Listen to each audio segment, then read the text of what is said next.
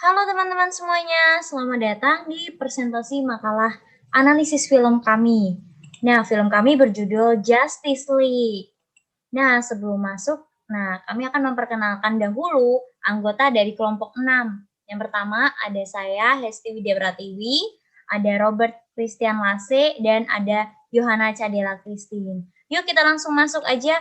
Yang pertama, kami akan membahas mengenai alur atau plot cerita. Teman-teman silakan saksikan videonya ya. Film Justice League.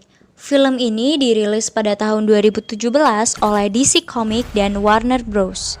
Bermula dari maraknya tindak kejahatan dan kekacauan di bumi dan upaya pengeboman pada sebuah bangunan.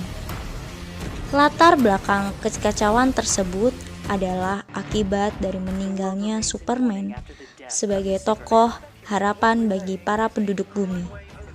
Melihat hal tersebut, lantas Batman sebagai ketua dan dibantu oleh Diana Prince membentuk grup Justice League dengan merekrut para superhero lainnya.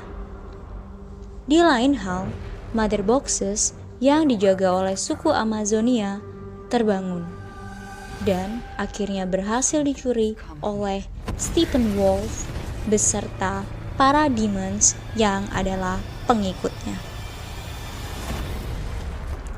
Berhasil mencuri box pertama, Steppenwolf melanjutkan pencurian Mother Boxes kedua di suku Atlantean. Perekrutan akhirnya berhasil dan mendapatkan Cyborg, manusia mesin, Aquaman yang adalah pangeran dari suku Atlantean, dan The Flash, manusia dengan kecepatan super. Steppenwolf dan para demons merebut Mother Boxes dengan tujuan menghancurkan bumi agar sama seperti tanah kelahirannya, yakni Apocalypse, menggunakan kekuatan 3 Mother Boxes. Sebenarnya tersisa 1 Mother Boxes, dan box tersebut berada di tangan umat manusia. Singkat cerita, pada akhirnya para anggota Justice League berhasil mengalahkan Steppenwolf berkat bantuan dari Superman yang dibangkitkan menggunakan kekuatan Mother Boxes. Selanjutnya kita masuk ke dalam penokohan. Yang pertama ada Batman yang menjadi tokoh utama dalam film ini. Ia dikenal sebagai pemimpin yang sangat pemberani dan sangat optimis dan juga tegas serta cerdas. Yang kedua ada Superman, ia adalah seorang Krypton yang memiliki karakter sebagai pejuang yang lincah.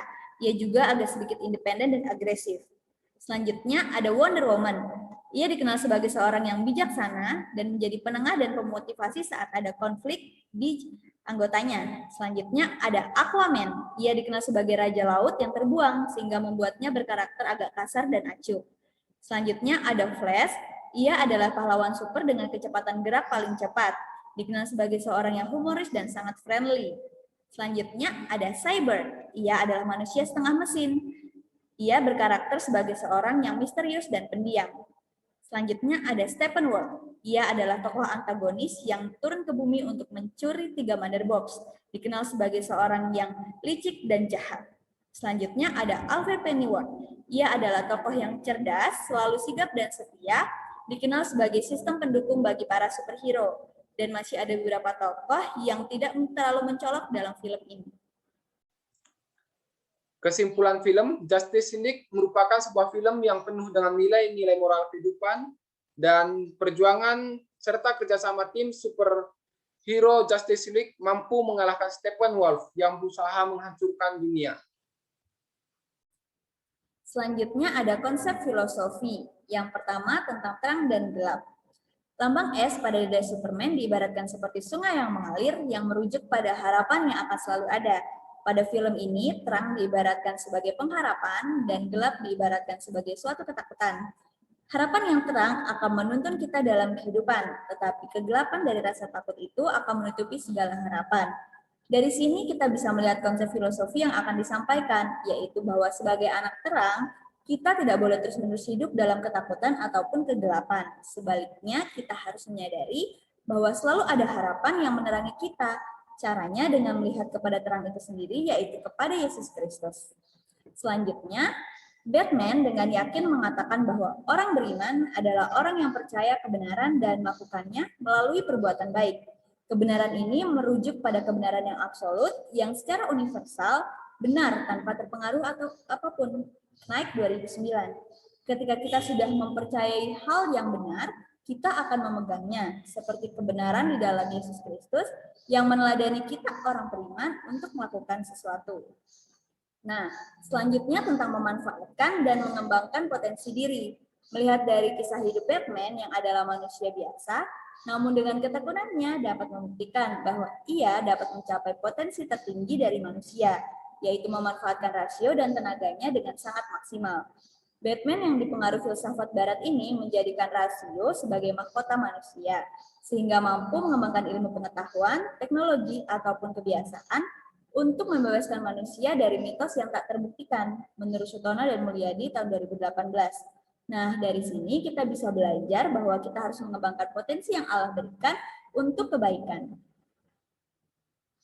Baik, sekarang kita masuk ke konsep teologis. Yang pertama, perbandingan Mother Box dengan Allah Tritunggal.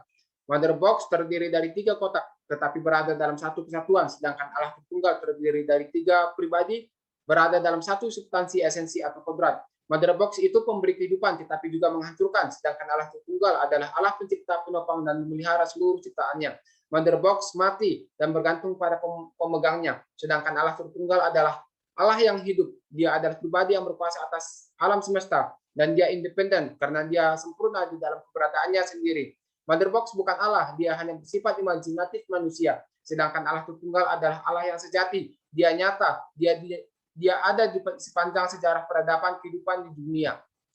Kedua, Apocalyptic Justice League versus Apocalyptic Alkitab. Di Justice League disebut bahwa Apocalyptic sebagai tempat kelahiran Stephen Walsh, sedangkan di Alkitab berasal dari kata apokalips yang berarti membuka, penutup, atau menyingkapkan. Di Justice League, akhir daripada dunia yaitu neraka, penuh dengan kengerian di mana seluruh umat manusia akan menderita di dalamnya. Sedangkan di Alkitab, akhir daripada dunia adalah kehidupan yang baru, yang mana orang-orang percaya akan bersukacita di dalamnya, memuji Tuhan dan menikmati Dia.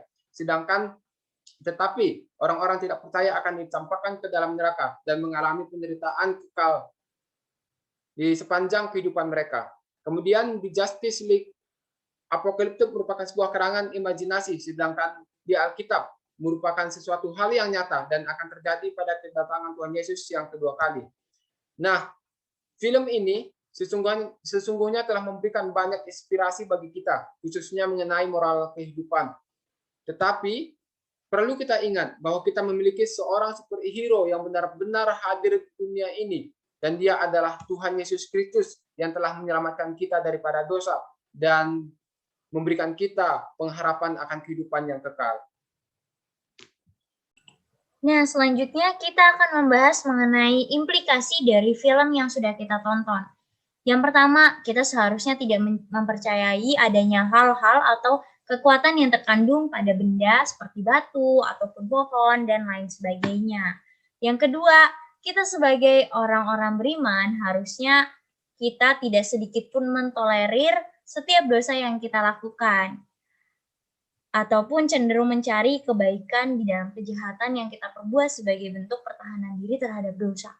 Yang ketiga, mengembangkan inovasi teknologi serta memaksimalkan potensi yang diberikan oleh Allah. Dalam tanda kutip, kita juga berkewajiban untuk menggarisbawahi bahwa teknologi bukanlah hal yang harusnya menguasai diri kita, tapi kita yang menguasai teknologi tersebut. Yang keempat, sepenuhnya menyandarkan diri kepada Kristus sebagai Tuhan dan Juru Selamat kita.